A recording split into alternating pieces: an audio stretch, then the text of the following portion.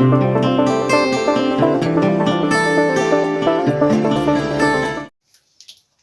Morning to everyone. अगर मरने के बाद भी जीना चाहते हैं तो अंधेरों से गुजर जाएं। अगर मरने के बाद भी जीना है तो अंधेरे से गुजर जाना। जी हाँ, पढ़ने लायक कुछ लिख जाना या लिखने लायक कुछ कर जाना। तो आज मैं एक्सरसाइज स्टार्ट करने वाला हूँ रियल नंबर का 1.1।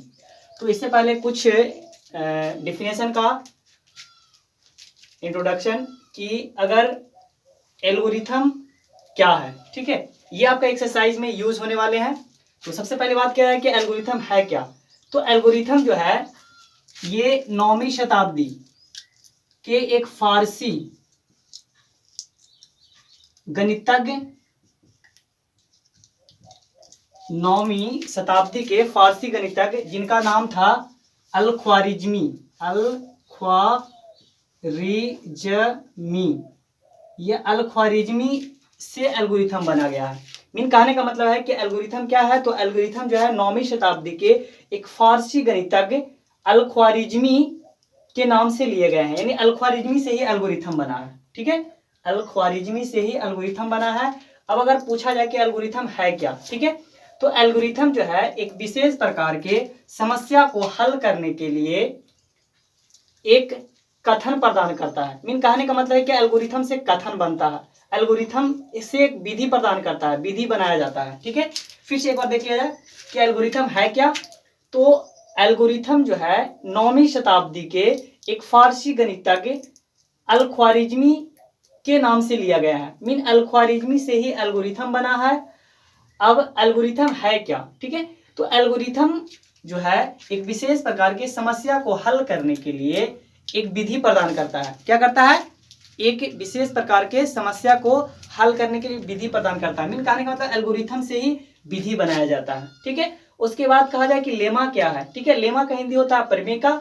लेमा जो है एक सिद्ध किया गया कथन है। क्या है? स्टेटमेंट है। ठीक है, जो दूसरे कथन को सिद्ध करने के लिए प्रयोग किया जाता है। लेमा क्या है? एक कथन है जो सिद्ध किया हुआ कथन है, दूसरे कथन को सिद्ध करने के लिए प्रयोग किया जाता है। जैसे देखिए लेमा को यहाँ प्रयोग किया गया। लेमा ये ना एक कथन में सिद्ध हुआ है कि नहीं। और Euclid division lemma, Euclid division lemma क्या है? तो अभी जस्ट मैंने बताया कि एल्गोरिथम जो है एक विशेष प्रकार के समस्या को हल करने के लिए विधि प्रदान करता है, यानी एल्गोरिथम से विधि बनता है। तो एल्गोरिथम से बनाया गया विधि है ये Euclid division lemma. Euclid division lemma क्या है? तो एल्गोरिथम से विधि बनाया गया है। ठीक है, तो यूक्लिड डिवीजन एल्गोरिथम जो है बनाया गया है वो है क्या? तो यूक्लिड डिवीजन एल्गोरिथम जो है, एल्गोरिथम भी बोल सकते हैं, लेमा भी बोल सकते हैं। ठीक है, तो मीन एल्गोरिथम और लेमा क्यों बोला गया?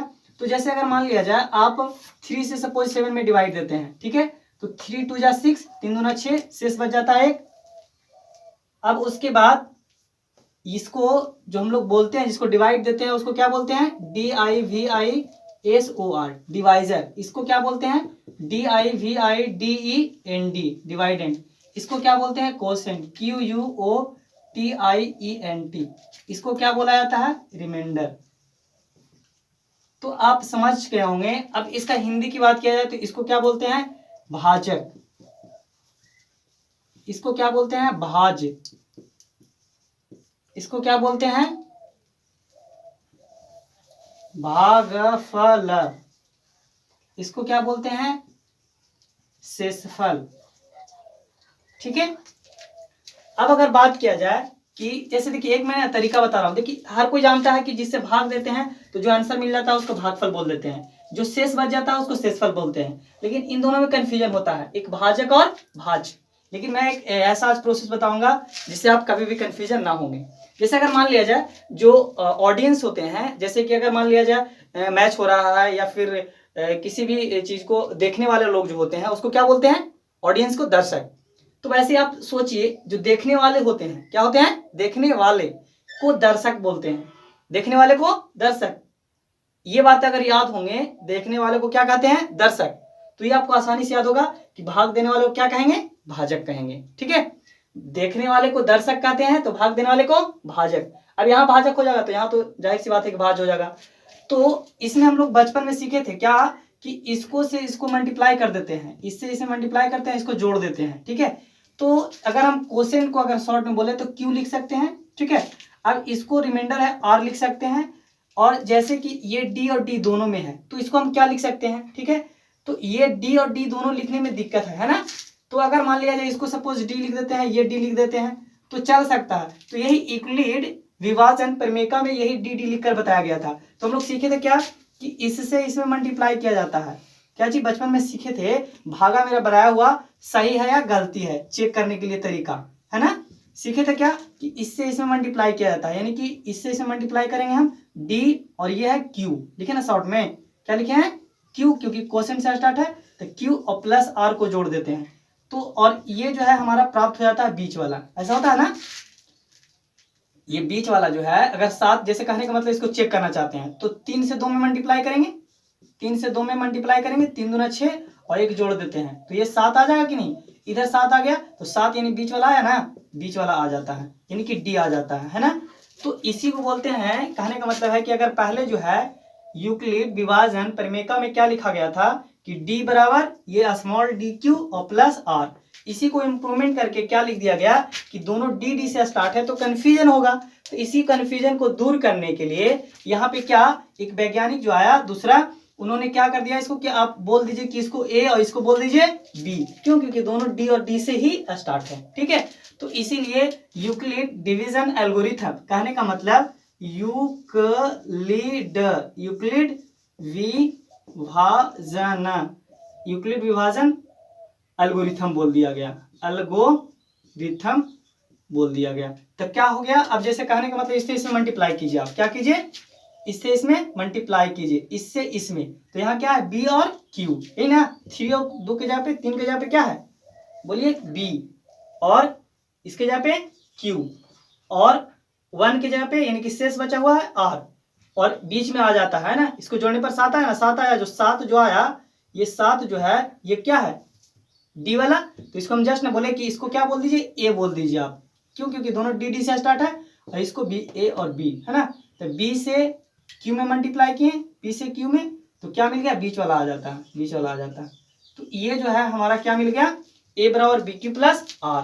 कहने का मतलब है कि यूक्लिड विभाजन एल्गोरिथम जो है क्या है। तो अगर आप बोलिएगा कि जब हम इससे इसमें मल्टीप्लाई करता है, यानी भाजक से भागफल में मल्टीप्लाई करते हैं और शेष को जोड़ते हैं तो हमारा भाज्य प्राप्त हो जाता है। तो इसी नियम को क्या बोलते हैं यूक्लिड विभाजन एल्गोरिथम बोलते हैं। अब एक चीज आप ये मुझे बताइए कि जैसे हम 3 से डिवाइड दिए हम, ठीक है 7 में, यहाँ भागफल आ गया 2, यहाँ शेषफल आ गया। अब ये बताइए जो आर आया हमारा शेषफल जो मिला 1 आया, ये कभी भी क्या यहाँ पे 3 भी बच सकता है नहीं, 3 बचता तो एक बार में लग जाता, लगता कि नहीं। तो शेष जब भी बचेगा, आर का वैल्यू जब भी बचेगा, यहाँ पे अगर हम यहाँ बी के जगह पे क्या लिए हैं 3 लिए हैं, तो शेष कितना बच सकता है 0 बच सकता है, इन कट जाएगा था। इससे अगर 6 रहता 3 दूना 6 तो 0 आ जाता कि नहीं, बिल्कुल 6 रहता 3 दूना 6 तो 0 आ जाता कि नहीं। तो या तो 0 हो सकता है, या तो फिर शेष 1 बच सकता है, या तो फिर 2 बच सकता है। तो इस तरह से जो यहाँ पे अगर बात किया जाए कि अगर यूक्लिड विभाजन जो है ए बराबर बी और क्यू प्लस आर आया, तो एक रिलेशन हम बना सकते हैं कि जो आर का वैल्यू जो होगा जब भी आएगा, ये आर का वैल्यू 3 से कम आता है ना 0 1 2 में, सोचिए। तो ये आर का वैल्यू देख लीजिए, आर का वैल्यू बी का वैल्यू 3 है, तो आर का भी 1 बच सकता है, 0 1 2 ही बच सकता है, ठीक है। तो यानी आर का वैल्यू जो होगा वो हमेशा कभी भी ये बी है ना, बी से किससे, बी से छोटा होगा, बी बड़ा होगा आर से, है ना, बड़ा। देख लीजिए 0 1 2 3 से 0 1 2 से बड़ा है ना बी, तो बी हमेशा बड़ा होगा। दूसरा अगर 0 से कंपेयरिंग करें शेषफल के, तो हमेशा शेष 0 ही बच सकता है, 0 से बड़ा भी हो सकता है। एक बचा ना 0 से बड़ा हुआ, यहाँ 0 भी आ सकता था शेष। तो इस तरह से आप बोल सकते हैं कि ये इसका 2 रिलेशन होंगे, क्या कि यूक्लिड विभाजन एल्गोरिथम जो होगा ए बराबर बी क्यू प्लस आर, ये यूक्लिड विभाजन एल्गोरिथम इसी को कहते हैं, ठीक है। अब यहाँ पे एक रिलेशन क्या बनता है कि आर के साथ जो आर होगा हमेशा क्या होगा कि 0 के बराबर हो सकता है। देख लीजिए यहाँ पे आपके सामने है ना, आर यहाँ पे 0 भी आ सकता था, कट जाता ना तो 0 आ जाता कि नहीं, 0 आ सकता था, फिर 1 आ सकता है, 2 आ सकता है, ठीक है। 3 से हमेशा जब भी आएगा छोटा आएगा, 3 नहीं आएगा, 3 आएगा तो एक बार में लगाते तो कट जाता, ठीक है। और दूसरा कि बी के वैल्यू बात करें तो बी का वैल्यू हमेशा देखिए 0 1 2 आया, 3 नहीं ना आएगा, बी बड़ा ही होगा, बी बड़ा होगा आर से बड़ा हो रहा है ना। चलिए तो इस तरह से ये हो गया आपको। अब एक्सरसाइज को स्टार्ट करना है, क्या करना है, चलिए एक्सरसाइज फर्स्ट 1.1 का फर्स्ट क्वेश्चन लिखा हुआ है कि निम्नलिखित को HCF ज्ञात कीजिए यूक्लिड विभाजन एल्गोरिथम से। तो HCF ज्ञात करना है तो सबसे पहले बात कि HCF होता क्या है, ठीक है। HCF का फुल फॉर्म होता है HIGHEST, highest common factor, common FACTOR, ठीक है। इसको हिंदी में बोलते हैं महत्तम समपवर्त,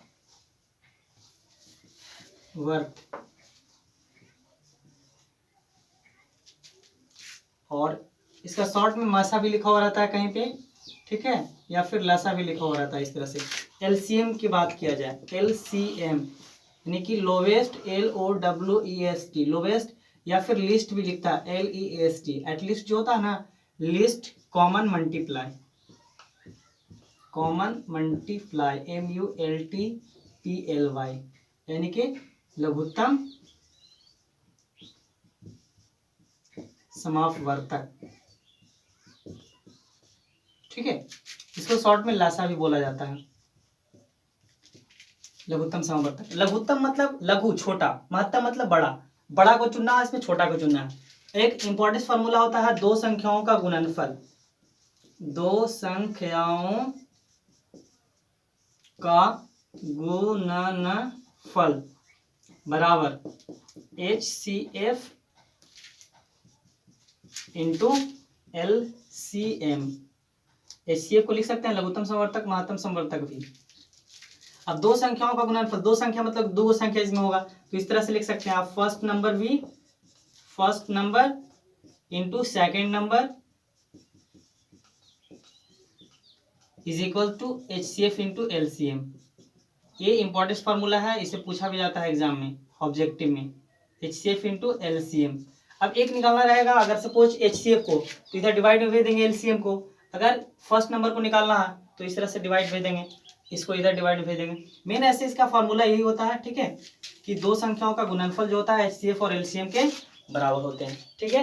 तो इसको राइट डाउन कर लेंगे या फिर स्क्रीनशॉट कर लेंगे। उसके बाद एक्सरसाइज का फर्स्ट क्वेश्चन में आते हैं, ठीक है। तो फर्स्ट क्वेश्चन क्या है कि HCF फाइंड तो करना है लेकिन यूक्लिड विभाजन एल्गोरिथम से।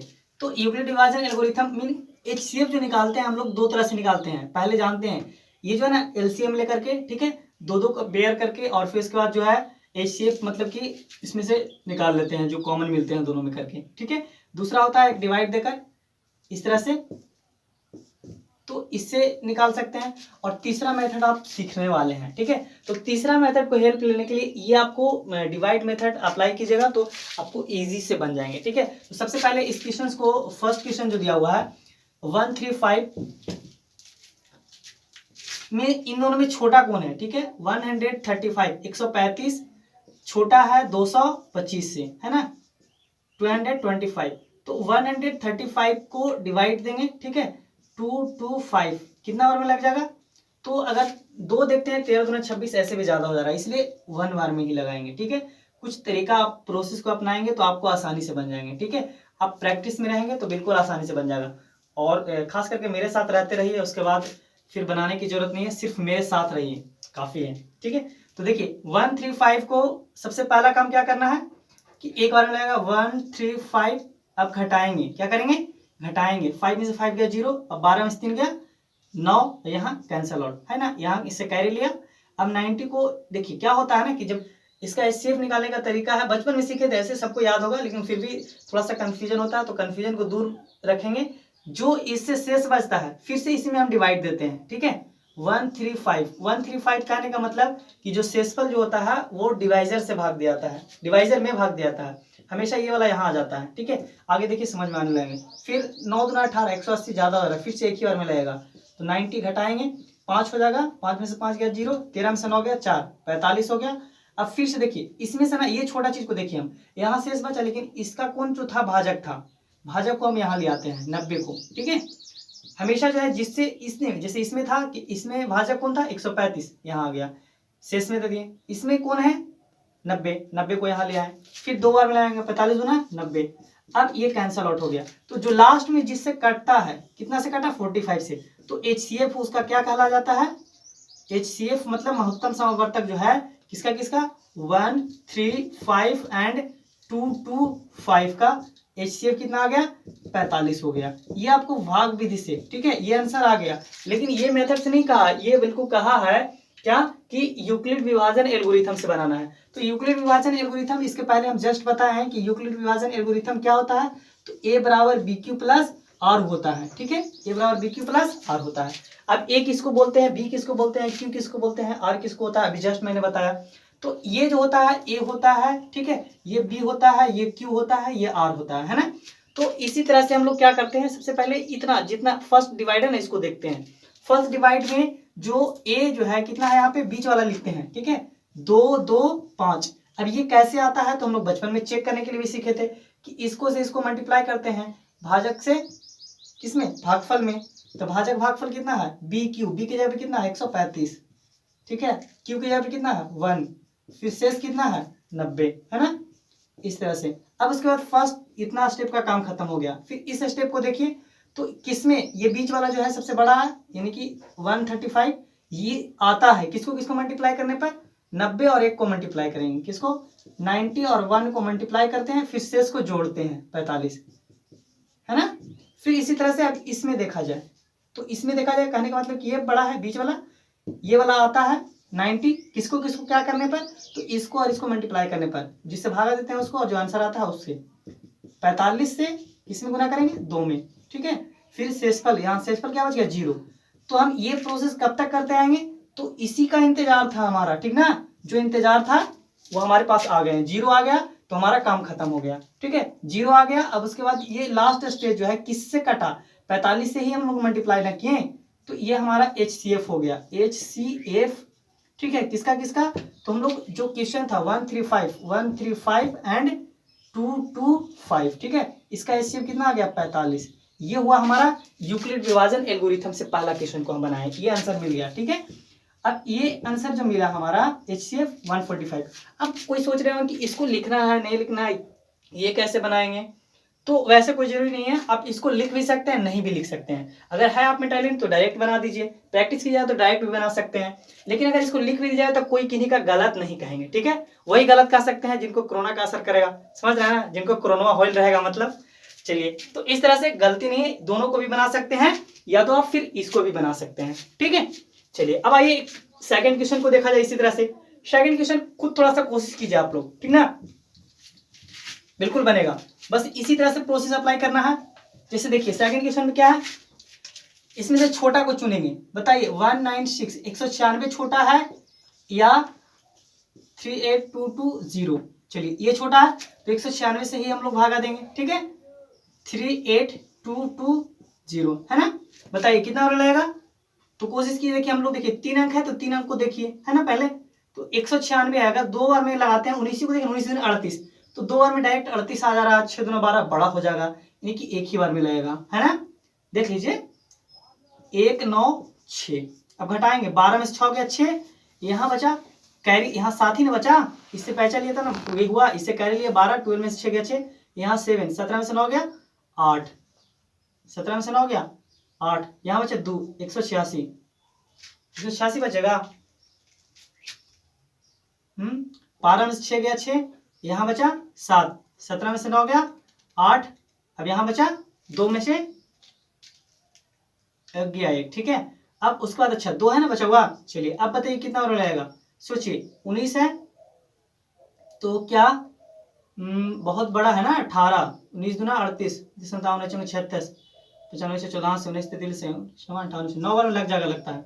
9 से मल्टीप्लाई करके देखते हैं, 6 नमा 54 और फिर उसके बाद हो जाएगा 9 नमा 81, 6 नमा 54 हाथ में 5 और 9 नमा 81, 81 और 5 कितना हो जाएगा 86 और फिर हो जाएगा 9 और 9 8 17, ठीक है, इस तरह से हुआ। अब इसको क्या किया जाए, 2 में से 12 में से 4 गया 8, और यहाँ बचा 5, 15 से 6 गया 9,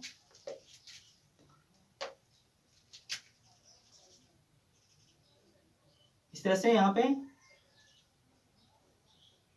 क्या कर रहे हैं मिस्टेक यहाँ पे, देखिए 196 है, तो 1 बार में लगाए पहले, ठीक है, 1 से मल्टीप्लाई 1 से डिवाइड किए तो ये 1 लगा, फिर उसके बाद 196, क्वेश्चन से ही लिखा हुआ है तो 38/0, ठीक है, एक बार में लगाएंगे, 2 बार में तो ज़्यादा हो जा रहा है, फिक्स है, ठीक है। अब एक बार में लगाए तो कितना हो जाएगा कि 6 और 19 एकम 19, 12 में 6 गया 6, अब यहाँ बचा 7, 17 में से 9 गया 8, यहाँ बचा 2, 2 में से 1 गया 1, ठीक है, फिर 2 उतारे। अब उसके बाद फिर 9 बार लगा के देखते हैं, तो 9 बार में तो लगेगा ही, 9 छक 54, हाथ में 5 और 9 9 81, 81 और 5 हो गया 86, हाथ में 5 और 9 और 8 17, सही है, बिल्कुल यहाँ तक सही है। 12 में से 4 गया 8 और यहाँ बचा 5, 15 में से 6 गया 9, यहाँ बचा आपको कुछ भी नहीं, कुछ भी नहीं, कुछ भी नहीं। चलिए 1 0 उतारे, फिर कितना बार में लगता है, तो 5 6 35, 0 आ रहा ना, क्योंकि 0 है तो 6 दूना 12, 6 ऐसे 5 बार में आ सकता है, 6 5 जा 30, फिर हो जाएगा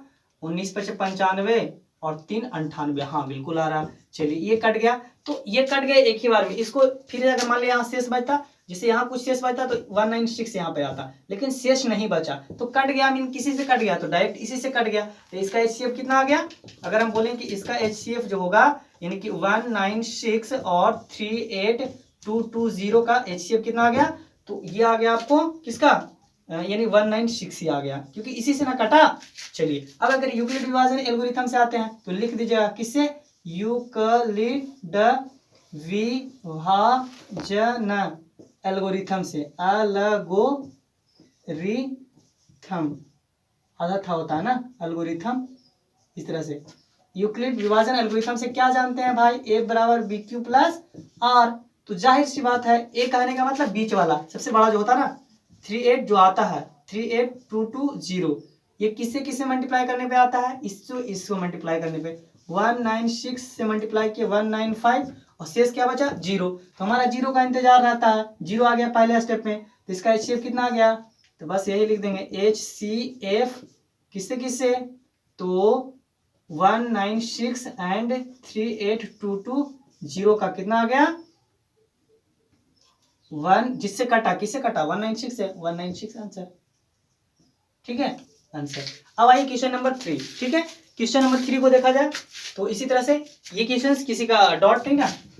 चलिए अब उसके बाद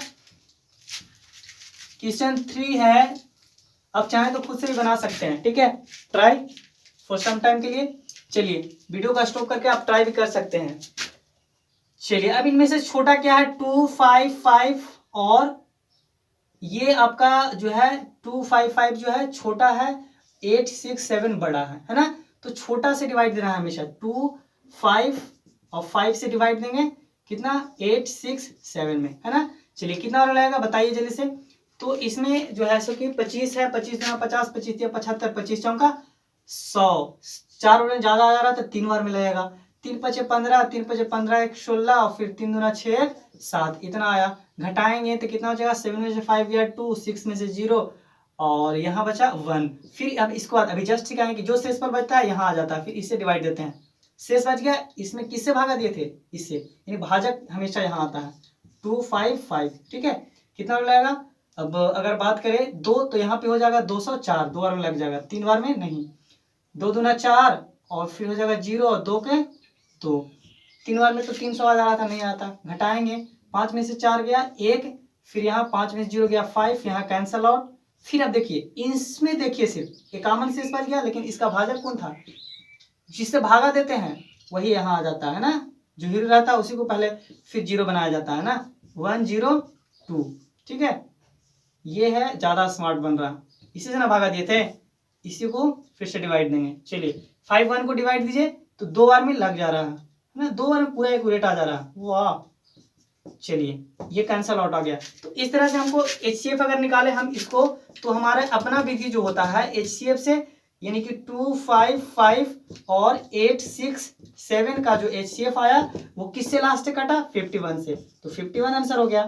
अब यूक्लिड विभाजन एल्गोरिथम से आना चाहते हैं तो लिख दीजिए यूक्लिड विभाजन, यूक्लिड विभाजन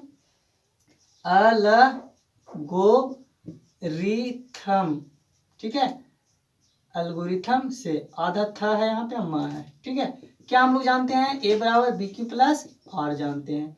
ए क्या होता है? तो सबसे पहले जो इसको हम लोग देखते हैं, फर्स्ट वाले स्टेप को देखते हैं। किस स्टेप को? फर्स्ट स्टेप को, जो भागा शेषफल जो देते हैं इसको, इन वाले को देखते हैं। तो ये बीच वाला जो है ना, हम लोग को चेक करने का तरीका सीखे थे 8, 6, 7, ये वाला आता है किसको किसको मल्टीप्लाई करने पर? इसको और इसको, यानी कि 2, 5, 5 गुने 3 और प्लस शेष, जो शेष बचता है 1, 0, 2। फिर से समझे, इसको बीच वाला को पहले लिख देते हैं, इसको और इसको मल्टीप्लाई करते हैं, ये दोनों को, है ना, और फिर नीचे वाला को जोड़ते हैं। अब इसी तरह से इसमें देखिए, फिर से किसमें देखेंगे? इसमें देखेंगे, है ना, इसमें देखेंगे, ठीक है। अब इसमें देखने के लिए क्या देखना है हमको? तो इस बीच वाला जो है 2, 5, 5 किसको किसको मल्टीप्लाई करने पर आता है? देखिए इसको इसको मल्टीप्लाई करेंगे ना, 102, 2, 1, 0, 2 से मल्टीप्लाई करेंगे किसमें? 2 में। फिर शेष कितना आया इसका? 51 आया। फिर से इसी तरह से करेंगे, 102 आएगा, है ना, बीच में किसको किसको मल्टीप्लाई करने पर? 51 और इसका 2 और शेष कितना? अच्छा 0, 0 का ही इंतजार था, 0 आ गया तो लास्ट में क्या लिख देंगे? HCF किसका किसका? तो 2, 5, 5 और 8, 6, 7 का कितना है HCF? किससे लास्ट में कटा? 51 से। 51 हमारा HCF आंसर आ गया, ठीक है। तो आप ये साइड वाला जो है डायरेक्ट भी बना सकते हैं, ये से यूक्लिड विभाजन एल्गोरिथम से अगर प्रैक्टिस कीजिएगा तो बन जाएगा, नहीं तो फिर इसको ही बना सकते हैं, कोई गलत नहीं है, ठीक है। चलिए ये क्वेश्चन नंबर फर्स्ट हो गया। अब उसके बाद क्वेश्चन नंबर, चलिए क्वेश्चन नंबर सेकंड की ओर चलते हैं। तो क्वेश्चन नंबर सेकंड क्या है? इसमें लिखा हुआ है कि धनात्मक विषम पूर्णांक यानी कि पॉजिटिव ओड इंटीजर जो है 6q + 1, 6q + 3, 6q + 5 के रूप में दर्शाया जा सकता है या फिर, ठीक है, इस तरह से, यानी कि इसको प्रूफ करना है, ठीक है। तो यूक्लिड विभाजन एल्गोरिथम से या यूक्लिड विभाजन लेमा या प्रमेय का, ये सभी हम लोग पहले जानते हैं। यूक्लिड विभाजन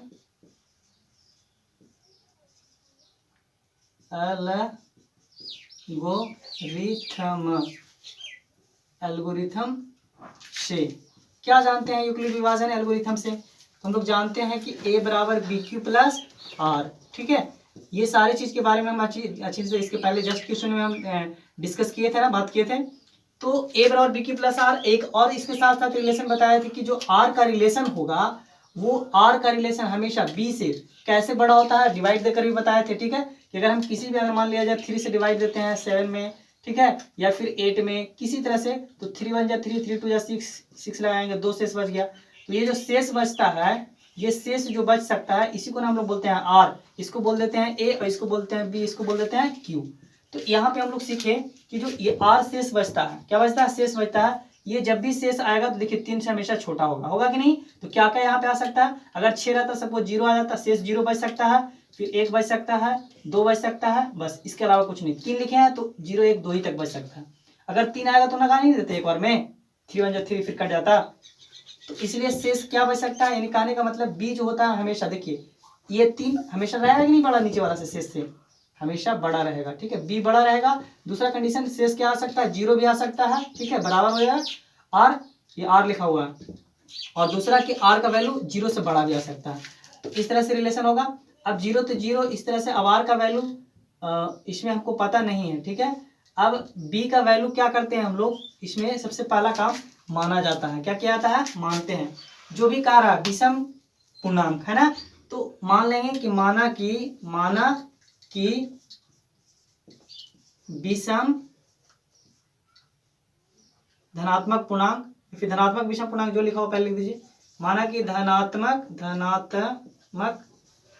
विषम पूर्णांक, ठीक है। मान लेते हैं कि B बराबर, देखिए जो हमें सिद्ध करना होता है, क्या करना होता है? जो हमें सिद्ध करना होता है। 6q+1 6q+3 इस तरह से अरेंज करना है ना, तो b बराबर 6 रखेंगे तब ना हो जाएगा 6q आएगा। देख लीजिए 6q समय है तो b बराबर क्या मान लेते हैं 6 मान लेते हैं। वो ऐसा इसलिए मानते हैं क्योंकि अभी पूर्णांक है, क्या है पूर्णांक संख्या है, तो b बराबर 6 मान लिए। अब जैसे ही 6 मानिएगा तो b तो 6 मान लिए। अब जैसे ही b 6 माने तो यहाँ पे आपको r क्या हो जाएगा बताइए, अभी जस्ट बताएं। यहाँ 3 था तो 0 1 2 था। अब इसी तरह से यहाँ पे अगर मान लिया 6 आएगा तो क्या शेष बच सकता है यहाँ पे r पे, r बराबर क्या बच सकता है 0 बच सकता है, 1 बच सकता है, 2 बच सकता है, 3 बच सकता है, 4 बच सकता है, 5 बच सकता है। ठीक है, इसके अलावा और कुछ भी नहीं बच सकता है। मान लिए, माना कि विषम या फिर let be positive odd integer to be b is equals to 6, ऐसा लेट कर लेंगे। ठीक ना, तो r हमको ये फाइंड आउट हो जाएगा। क्यों? क्योंकि ये यूक्लिड विभाजन एल्गोरिथम से ही हम लोग सीखे हैं, वो इस रिलेशन से। ठीक है, तो अब उसके बाद इतना लिखने के बाद इसे लिखने की जरूरत नहीं है। अब हम लोग क्या जानते हैं, इसको रखेंगे r बराबर सबको मान रखते हैं इसमें। ठीक है, अब आप a बराबर रखिएगा, पहले क्या b है, b की जगह पे 6q। ठीक है, अब r की जगह पे हमेशा चेंज करना है। देख लीजिए b की जगह पे 6 लिख सकते हैं ना, क्योंकि b माने हैं 6। देख लीजिए b बराबर 6, तो a बराबर यहाँ पे क्या आ गया 6q और प्लस r, तो r रख देते हैं। अगला स्टेप में हम r को चेंज कर रहे हैं। देखिए यहाँ पे क्या कर रहे हैं हम लोग, क्या है एक बराबर एक बार 0 रखते हैं, यानी कि 6q प्लस क्या 0। ठीक है, एक बार फिर से 6q प्लस 1 रखना है, फिर 6q प्लस 2 रखना है, फिर 6q प्लस 3 रखना है, फिर 6q प्लस 4 रखना है, फिर 6q प्लस 5 रखना है। बस यहीं तक 5 ही तक रखना है। ठीक है, अब उसके बाद आप हमको ये बताइए कि जैसे देखिए हम यहाँ पे ना 4 लेते हैं, ये 4 क्या है सम संख्या है, सम बोला जाए तो इवन। ठीक है, अब 4 से आप मल्टीप्लाई कीजिए, ये तो विषम है, सम से अगर विषम भी मल्टीप्लाई कीजिए तब भी, या फिर विषम हो या सम हो, सम या विषम किसी से मल्टीप्लाई कीजिए, अगर कितना आएगा 4 आएगा। फिर 4 से क्या कीजिए 2 में, 4 दूना 8 आएगा। फिर 3 से गुना कीजिए, 4 तिया 12 आएगा। यानी कि जैसे ही ये वाला अगर आपको पहले वाला अगर सम नजर आ रहा है तो गुना कीजिएगा तभी सम ही मिलेगा। क्या मिलेगा? सम ही मिलेगा। या विषम संख्या अगर बात कर लेते हैं, जैसे अगर मान लिया 7 लेते हैं, 7 गुना 1 की जगह 14। ठीक है, 7 गुना 14, 7 एकम 7 ही ना आएगा 7। ठीक है, फिर 7 गुने 2, 7 गुना 14, फिर इसके बाद 7 गुने 3, 7 या 21। ठीक है,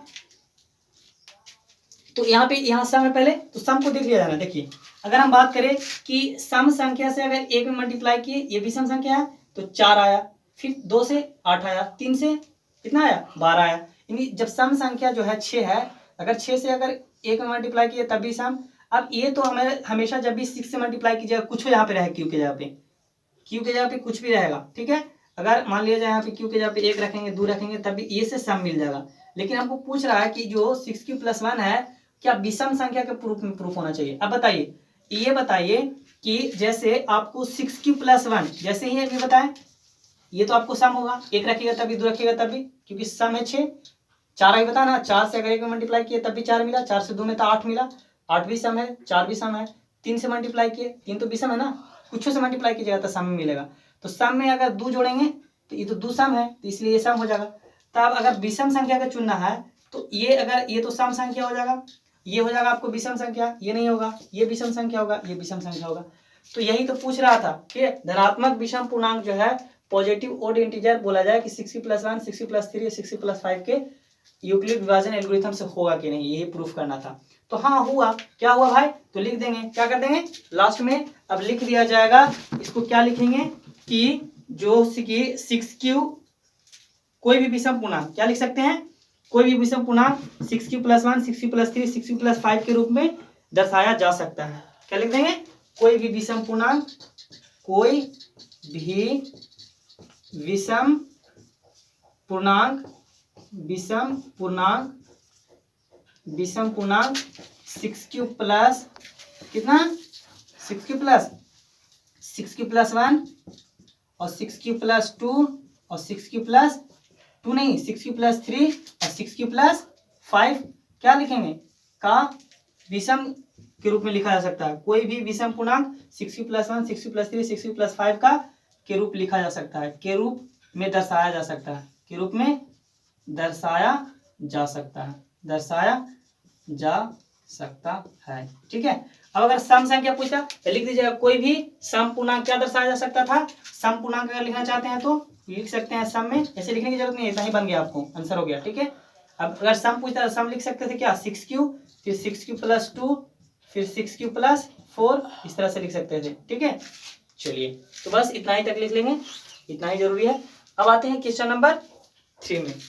क्वेश्चन नंबर 3 की अगर बात किया जाए तो इसमें कहा है किसी भी परेड में 616 सदस्यों वाली एक सेना के आर्मी के टुकड़ा को 32 सदस्यों वाले आर्मी के बैंड के पीछे मार्च लगाना है। मीन कहने का मतलब है कि 32 सदस्यों में उसको बराबर बराबर भाग बांटना है। ठीक है, तो अभी आप खुद से सोच सकते हैं ये क्वेश्चन, ये जो एक्सरसाइज आपको चल रहा है वो HCF का है। ठीक है, यानी कि आप अगर इन दोनों को अगर सोचा जाए तो HCF निकाल लीजिए तो वो आपको संख्या जो है निकल जाएगा। क्यों? क्योंकि इसमें कहा है कि उन स्तंभों का अधिकतम संख्या ज्ञात कीजिए। अब HCF का मतलब बताए थे, याद है ना आप लोग को, महत्तम समावर्तक, महत्तम मतलब बड़ा, अधिकतम। ठीक है, तो इसमें क्या करना है कि 616 सदस्य और 32 सदस्य है, 616 और 32 सदस्य। ठीक है, तो इसमें क्वेश्चन क्या कहा है कि उन स्तंभों की अधिकतम संख्या क्या होगा।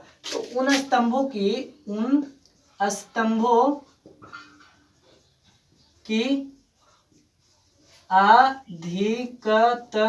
अधिकतम संख्या मालूम करने के लिए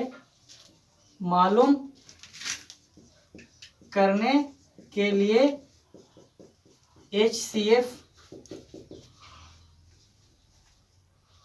ज्ञात करना पड़ेगा। ठीक है, तो HCF ज्ञात करना पड़ेगा। तो HCF क्या करते हैं, तो उन स्तंभों की अधिकतम संख्या, अधिकतम मतलब HCF highest common factor, highest अधिकतम ज्ञात करना। तो 616 और 32 है, 616 और 32, 616 और 32, इनका HCF निकालने के लिए दो तरीका है। अभी भाग विधि सीखे तो भागी विधि से बना दीजिए। ठीक है, तो सबसे पहले 32 को डिवाइड दीजिएगा 616 में। ठीक है, 616 में अब बताइए कितना बार में लगेगा। ठीक है, तो 32 को अगर आप सोचिए 61 है। ठीक है, तो अगर 30 दूना 60, दो बार में ज्यादा आ रहा है, 32 दूना 64 आ रहा है ना, एक ही बार में लगेगा यहाँ पे पहले। ठीक है, तो 32 घटाएंगे कितना बार लगेगा, 11 में से 2 गया 9, यहाँ बच गया आपको 5, 5 में से 3 गया 2, फिर अब 6 उतरेगा। अब कितना बार लगेगा, तो 2 है यहाँ पे 32 है, यानी कि 3 का 3 3 6 3 3 9, 3 चौका 12, 3 पचे 15, 3 छक्का 18, 3 सते 21, 3 अठे 24, 3 नवा 27, 9 बार में लग जा रहा है। ठीक है, 9 दूना 18 और 3 नवा 27 और 28 आएगा ना, देख लीजिए 9 दूना 18 और 3 दूना 3 नवा 27 और 28। अब घटाइए, 16 में से 8 गया 8, यहाँ बचा 8 में से 8 गया 0, 8 बच गया। अब 8 को फिर 32 से डिवाइड देंगे। ठीक है, तो कितना बार लगेगा, 8 चौका 32, 8 चौका 32, कैंसल आउट हो गया। तो यानी कहने का मतलब ये 8 आ गया। अब बोलेंगे कि इसका HCF जो है, HCF किसका 616 और 32, 616 और 32 का HCF कितना आ गया, 8 आ गया। ठीक है, 8 आ गया।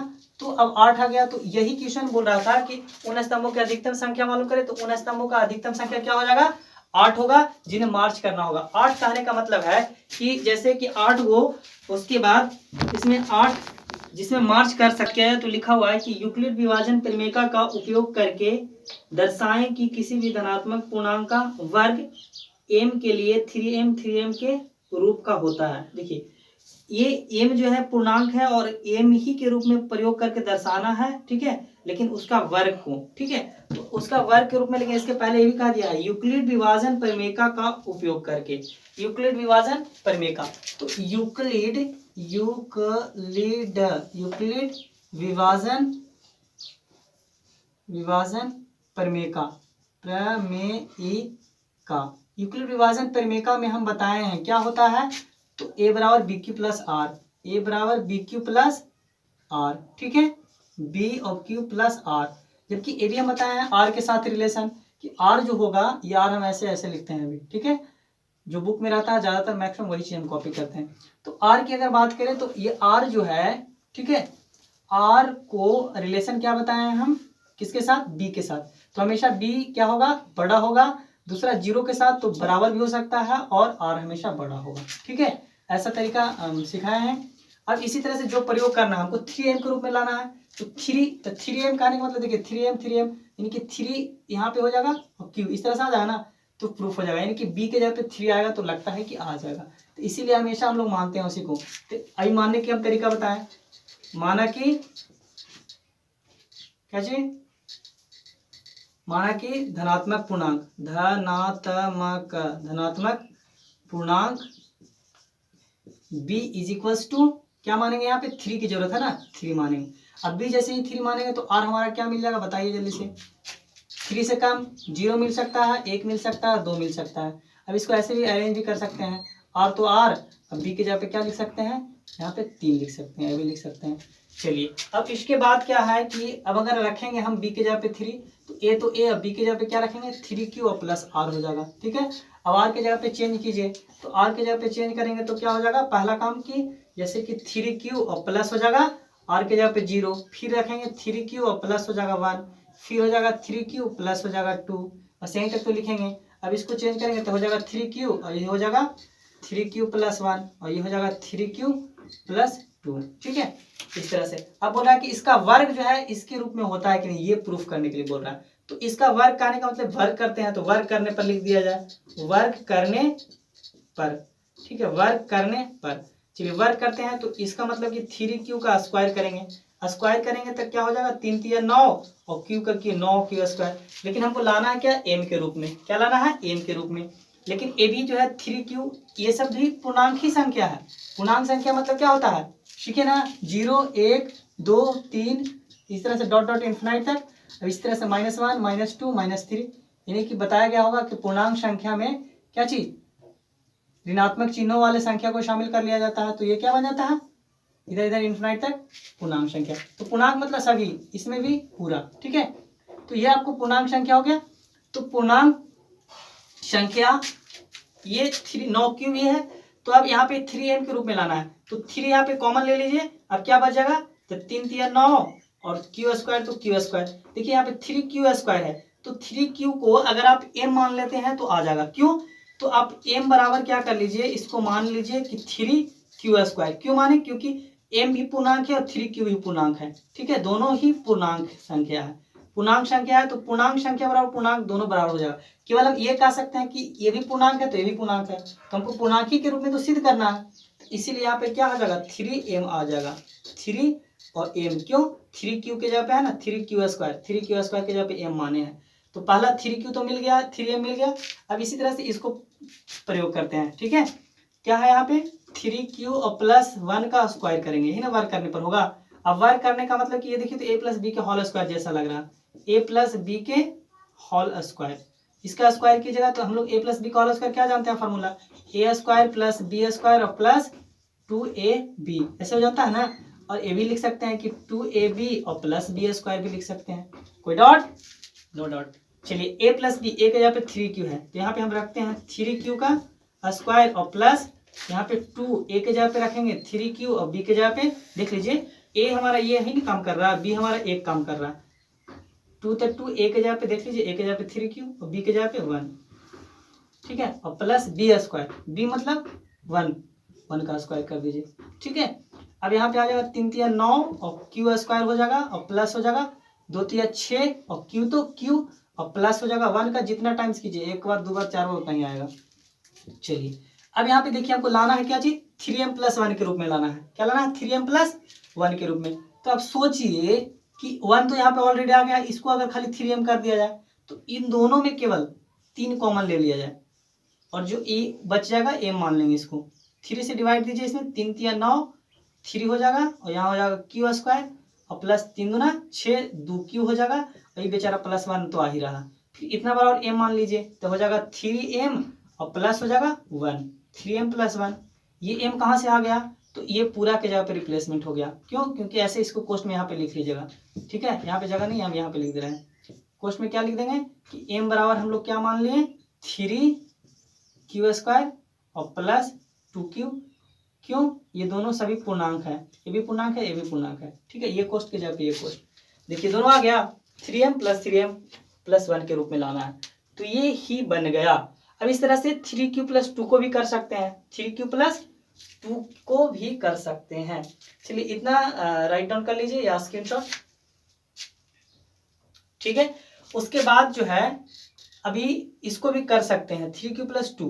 देखिए 3q प्लस 2 को वर्क करके दिखाते हैं आपको। ठीक है, वैसे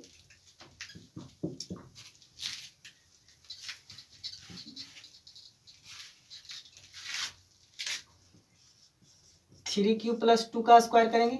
अब इसको बोल दीजिए ए, इसको बोल दीजिए बी, ए प्लस बी के होल स्क्वायर के लिए जैसा काम कर रहा है, A square plus two A B और प्लस बी स्क्वायर। इसको आप अरेंज कीजिएगा, ए स्क्वायर यानी कि थ्री क्यू का स्क्वायर, फिर हो जाएगा टू, ए के जगह पे थ्री क्यू और बी के जगह पे टू, है ना, और प्लस बी स्क्वायर, दो दूना,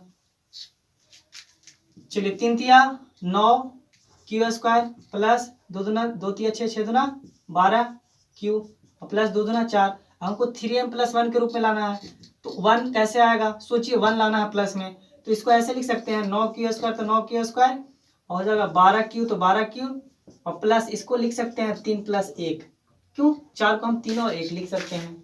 अब देखिए तो हमको यहाँ से यहाँ तक 3m आ जाएगा, कैसे भाई, तीनों में 3 कॉमन मिल रहा है, बस 3 में तो 3 तिया 9 3 क्यू स्क्वायर और प्लस 3 चौका 12, देखिए 3 से भागा दिया, इसमें भी 3 से इसमें भी और इसमें 1 हो जाएगा और प्लस 1। देखिए अब यहाँ 3 तो 3 कोष्टवा के अंदर हम m मान लेंगे और प्लस 1 कर लेंगे, आ गया 3m प्लस 1 के रूप में। बस यही तो प्रूफ करना था। ये कहाँ से आया, तो चूंकि हम लोग ये क्या किए, ये m बराबर माने, क्या माने 3q स्क्वायर और प्लस 4q प्लस 1, क्यों, क्योंकि हमारा इतना बड़ा भी है जो पूर्णांक की संख्या है, m भी पूर्णांक की संख्या है, इसीलिए, ठीक ना, तो पूर्णांक संख्या आपस में सेम हो जाएगा। ये आपका हो गया प्रूफ, ठीक है। अब उसके बाद इसको लिख सकते हैं इस तरह से, क्या कि जो क्वेश्चन कह रहा था कि यहाँ पे क्या है कि m 3m प्लस 3m 1 के रूप में जो होगा यूक्लिड विभाजन प्रमेय से धनात्मक पूर्णांक होगा कि नहीं, तो हाँ होगा, दर्शा दिए, ठीक है। इस प्रकार से हम बोल सकते हैं कि हमारा सिद्ध हुआ कि किसी भी ऋणात्मक पूर्णांक का वर्ग जो है किसी भी पूर्णांक का m के लिए 3m प्लस 1 के रूप का होता है, ठीक है। चलिए अब क्वेश्चन नंबर 5 की ओर चलते हैं। क्वेश्चन नंबर 5 जो है इसी तरह से जस्ट जो है ना, ये जैसे कि हम बताएं क्वेश्चन नंबर 2 को, क्वेश्चन नंबर 4 को, क्वेश्चन नंबर 5 को भी उसी तरह से बनाना है, बिल्कुल दम जस्ट, अगर सही से जो बच्चे अगर ध्यान दिए होंगे बिल्कुल बन जाएंगे जैसे। लेकिन फिर भी मैं बता देता हूँ, यूक्लिड विभाजन प्रमेय का उपयोग करके दर्शाएं कि किसी भी धनात्मक पूर्णांक का घन जो है 9m प्लस 1 और 9m प्लस 8 के रूप का होता है। इसको प्रयोग करना, लेकिन इसको घन के रूप में। पिछला बार जो सबसे पहले क्वेश्चन नंबर 2 बताए थे वो ऐसे ही पूछ रहा था, विषम और सम, फिर क्वेश्चन नंबर अगला जो बढ़े हम 4 में वो पूछा उसका वर्ग करके, अब इसका पूछ रहा घन करके, क्या करके, घन करके। तो सबसे पहला काम हम लोग क्या करेंगे, इसी तरह से जाएंगे किस चीज में, तो यूक्लिड विभाजन एल्गोरिथम, होता है यहाँ पे एल्गोरिथम, यूक्लिड विभाजन एल्गोरिथम से क्या हम लोग जानते हैं, तो जानते हैं कि a बराबर बी क्यू प्लस आर होता है, ठीक है। इसके साथ साथ ये तो होता ही है, लेकिन r के साथ एक रिलेशन होता है, जैसा कि बताया है b से, तो हमेशा b का मान बड़ा होगा और r जो है 0 और b के बराबर हो जाएगा, ठीक है। तो ये चीजें हम बहुत अच्छे से आप लोग को पीछे बताया है प्रीवियस चीजों में। अब हम इसको यहाँ पे लाना है 9m के रूप में, तो जैसे हम यहाँ पे हम सीखे थे कि a बराबर बी क्यू, तो b के यहाँ पे 9 मानते, तो 9 क्यू हो जाएगा, यहाँ पे r हो जाएगा, तब ना 9 की प्लस 1 9 की प्लस 2 इस तरह से फॉर्म में आ जाएगा। लेकिन अगर 9 मानिएगा तो फिर इसको क्यू कीजिएगा, 9 का समझ रहे हैं, 9 9 81, फिर 81 का 3 कीजिएगा तो बहुत लंबा आ जाएगा। तो इसी तरह से 9 ना लेकर के 3 का भी कीजिएगा तो आ जाएगा, 3 का भी कीजिएगा तो उससे आसानी से आएगा। 9 का क्यू करना आसान है कि 3 का क्यू करना आसान है, बताइए। तो 3 का आसान है, जब हमारा काम 3 से ही बन जा रहा तो 9 में क्यों जाए, ठीक है। तो इसलिए 9 को ही हम लोग मानते हैं। फिर से क्या मानेंगे, इसी तरह से माना कि क्या मानेंगे, धनात्मक माना कि धनात्मक पूर्णांक b बराबर 6, ठीक है। b बराबर 6 माने, सॉरी 3 ना, 3 का क्यू सब ना हो रहा है ना, मतलब 3। अब इस तरह से अब b मान लिए तो b बराबर 3 आ गया, तो आपको r क्या हो जाएगा बताइए, 0 1 2 2 ही तक जाएंगे इस तरह से। अब इसका घन पूछ रहा है, क्या पूछ रहा है, घन पूछ रहा है। तो आइए घन कैसे करेंगे हम, तो सबसे पहले ना इसको हम b का मान रखते हैं इसमें, है ना, a बराबर b q plus r, a तो a हो जाएगा। अब यहाँ b के जगह पे 3 रखेंगे और q रखेंगे, r हो जाएगा, कोई दिक्कत। अब r के जगह पे चेंज कर रहे हैं, r के जगह पे क्या हो जाएगा, 0 1 2 तक जाना है। 0 1 2 कहने का मतलब क्या हो जाएगा, 3q और प्लस एक बार 0, फिर एक बार जाएंगे 3q और एक बार हो जाएगा प्लस 1 और एक बार हो जाएगा 3q प्लस 2, ठीक है। अब अगर आप बात करें तो यहाँ पे क्या आ जाएगा, आपको 0 का वैल्यू है, लिखे या ना लिखे, है ना, 0 का हम पैकेट में रखते हैं, आप कहाँ रखना चाहते हैं? कहीं भी जीरो की कोई वैल्यू नहीं होता, दैट्स डजंट मैटर। ठीक है, 3 क्यू हो जाएगा। अब 3 क्यू प्लस 1, 3 क्यू प्लस 2। ठीक है, चलिए अब इस तरह से आ गया। तो अब इसका घन पूछ रहा है कि इसका घन जो है इसके रूप में होता है कि नहीं, ये दिखाना है। घन करना मतलब कि पावर 3 होना चाहिए। ठीक है, पावर अगर 2 करना है तो इसको वर्ग बोलते हैं, अगर पावर 3 करना है तो इसको घन बोलते हैं, वर्ग घन। ठीक है, इस तरह से। तो बोल रहा है घन करके दिखाइए, यानी पावर 3 करके करना है, पावर 3 करके करना है। चलिए पावर 3 किया जाए। पावर 3 कहने का मतलब जैसे इसको करेंगे, लिख देते हैं घन करने पर, घन करने पर। चलिए घन किया जाए तो 3 का इसी तरह से क्यू करेंगे तो 3 का 3 बार, मतलब कहने का मतलब 3 बार है, इस तरह से 3 इंटू 3 इंटू 3, तो 3 तिया 9, 9 तिया 27 हो जाएगा। अब यहाँ पे क्यू भी 3 को आ गया, कोई दिक्कत? हमको लाना है 9m के रूप में, तो यहाँ पे क्या कर लीजिए कि 9 कॉमन ले लीजिए। 9 कॉमन लीजिएगा तो क्या आएगा बताइए, है ना। इसको हम ना इधर क्लीन करके बता देते हैं। ठीक है, इसके बाद इतना राइट डाउन कर लेंगे या फिर स्क्रीन शॉट करेंगे, ऊपर से मैं इरेज कर रहा हूँ। ठीक है, देखिए किसके रूप में प्रयोग करना था, 9m प्लस 1 और 9m प्लस 8 के रूप में लाना था ना। चलिए ये पहला को वर्क कर रहे हैं हम। 3q आया यहाँ पे, ये तो समझ में आ गया होगा। तो 3q का अगर q करेंगे तो कितना आ जाएगा, यहाँ पे लिख दिया जाना इधर, 3q का q करेंगे। ठीक है, तो 3 तिया 9, 9 तिया 27, क्यू स्क्वायर अच्छे से समझ में आ गया होगा। फिर 3 नहीं 9 यहाँ पे लाना है तो 9 कॉमन ले लेंगे। ठीक है, 9 9 तिया 27 हो जाएगा 3q स्क्वायर। कोई दिक्कत? यहाँ पे क्यू है ना तो क्यू ही ना होगा, 3 ही ना होगा। अब बताइए, हम बताए थे 9 m के रूप में लाना है तो 9 तो 9, इसके जगह पे m मान लीजिए। क्यों मान लेंगे? वो इसलिए मानेंगे क्योंकि m भी पूर्णांक है और 3q स्क्वायर भी पूर्णांक है। सभी क्या है? पूर्णांक। तो आपस में पूर्णांक पूर्णांक खून का रिश्ता है ना। चलिए तो ये हो जाएगा 9m। अब इसी तरह से अब 9m प्लस 1 को रूप में लाना है तो अब इसको वर्क करेंगे ना। फिर क्या है, 3q और प्लस 1 का q करेंगे। q यानी कि a प्लस बी का q के फॉर्म आ गया। अब a प्लस बी का q का फॉर्मूला क्या होता है, सीखे हैं?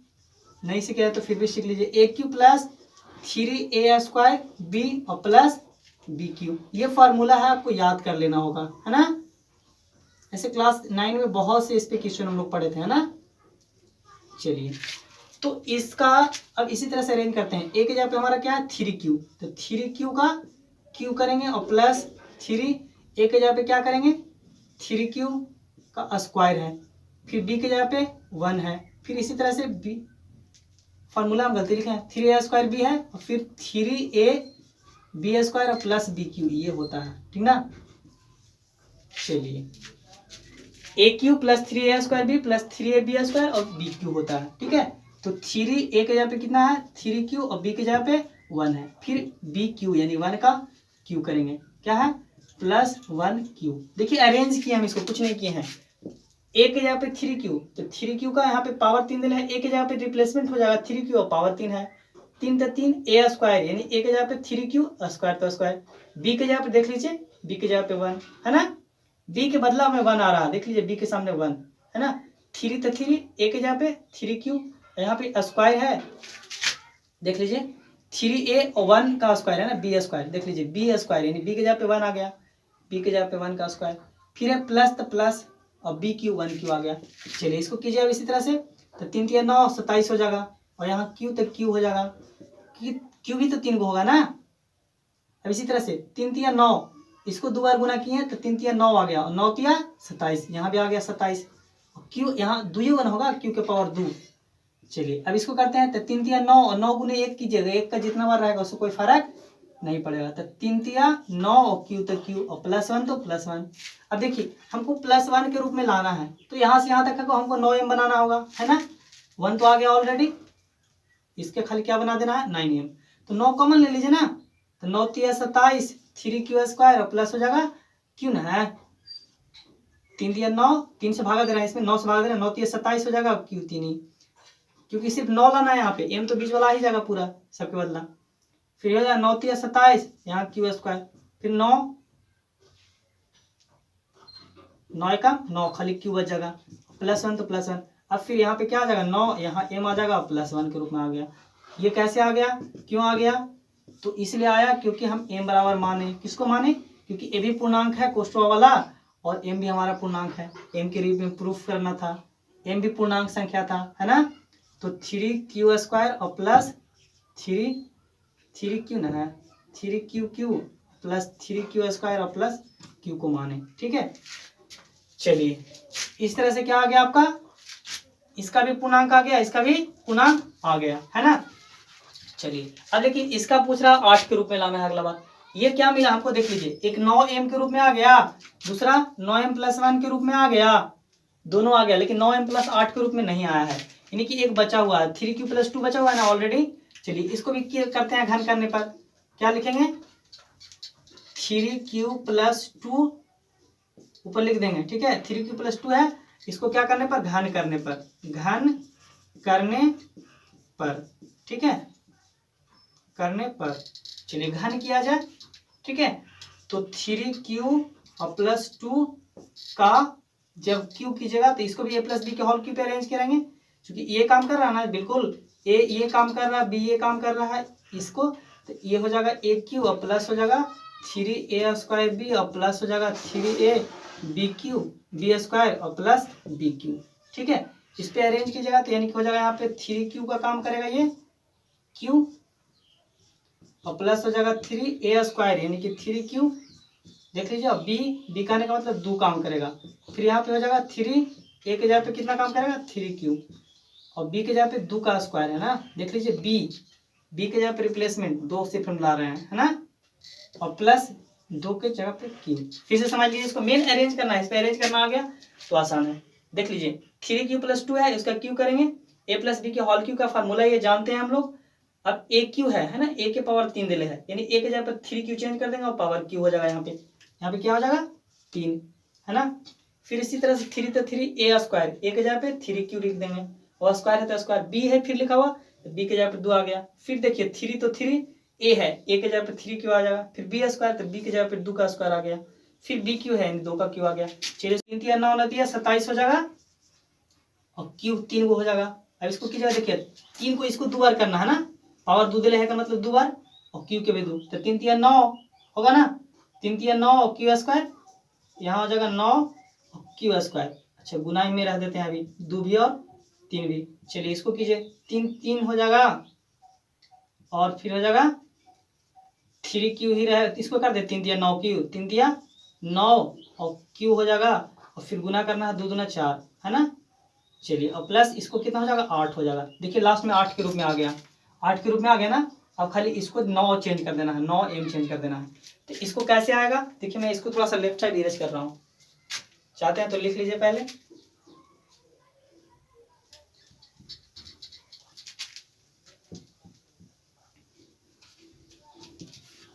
चलिए देखिए इसको क्या करेंगे हम, यहाँ पे ना 27 क्यों है, यहाँ पे हमको 9m लाना है ना। अच्छा एक बार लिख देते हैं पहले पूरा, 27 और q हो जाएगा प्लस 9 3 27, 27 दूना 54 होगा ना, देख लीजिए 9 3 27, 27 दूना 54, लेकिन 54 q² हो जाएगा और प्लस हो जाएगा यहाँ पे 9 चौका 36, 36 q हो जाएगा और प्लस 8 हो जाएगा।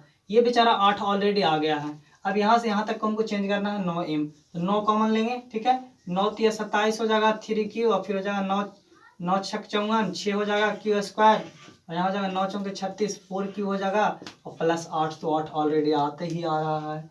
अब यहाँ पे हमको 9m लाना है, तो इसके जगह पे m लिख सकते हैं।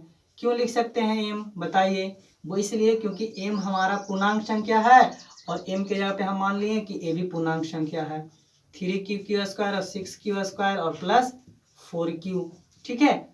अब हमारा ये सब क्या हो गया, इसलिए माने क्योंकि ये सभी पूर्णांक हैं, पूर्णांक संख्या है, ठीक है। चलिए अब ये आ गया, आपको तीनों आ गया, देख लीजिए 9m भी लाए थे पहले, ठीक है, फिर 9m+1 और 9m+8 आ गए कि नहीं तीनों, तो बोल रहा था इसी के रूप में लाने के लिए। तो इस तरह से आप इसे मतलब कि एक्यूरेट और सही वे में आराम से बना सकते हैं। अगर भगाने की जरूरत नहीं है, बस थोड़ा सा पैसेंस रखना है और कुछ चीज़ों को आप थोड़ा सा रिवीजन में रखेंगे तो बहुत ही आसानी से समझ में आएगा, कोई भी प्रॉब्लम नहीं आ सकते हैं। अगर आपको कोई प्रॉब्लम आता है तो बस कमेंट करें, और भी कुछ दिक्कत हो तो और जिस तरह से अगर हेल्प चाहिए तो मैं आप लोगों के लिए पूरे जिस तरह से अगर जैसे चाहिए वो हेल्प ले सकते हैं।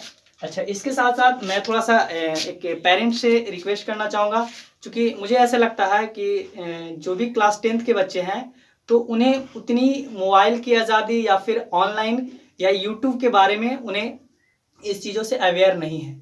तो प्लीज़ वैसे पेरेंट्स का मैं काइंडली रिक्वेस्ट करना चाहूँगा कि थोड़ा सा आप अपने बच्चे को सपोर्ट करें और उस चीज़ से अवेयर करवाएं कि थोड़ा सा लॉकडाउन की स्थिति को समझें, क्योंकि इतना दिन अगर क्लास अगर कंटिन्यूअस में रुक जाएंगे तो बच्चे के बहुत ही परिस्थिति डल हो सकते हैं। ठीक है, तो इसी तरह से थोड़ा सा ये सिर्फ चीज़ों को यूटिलाइज के रूप में उन लोगों को मोबाइल के बारे में थोड़ा सा अवेयर करवा दीजिए और यूट्यूब दिखाइए, और इन सब से थोड़ा सा उन लोगों को हेल्प मिलेगा ताकि वो अपने लक्ष्य को जो है और अग्रसित रहेंगे।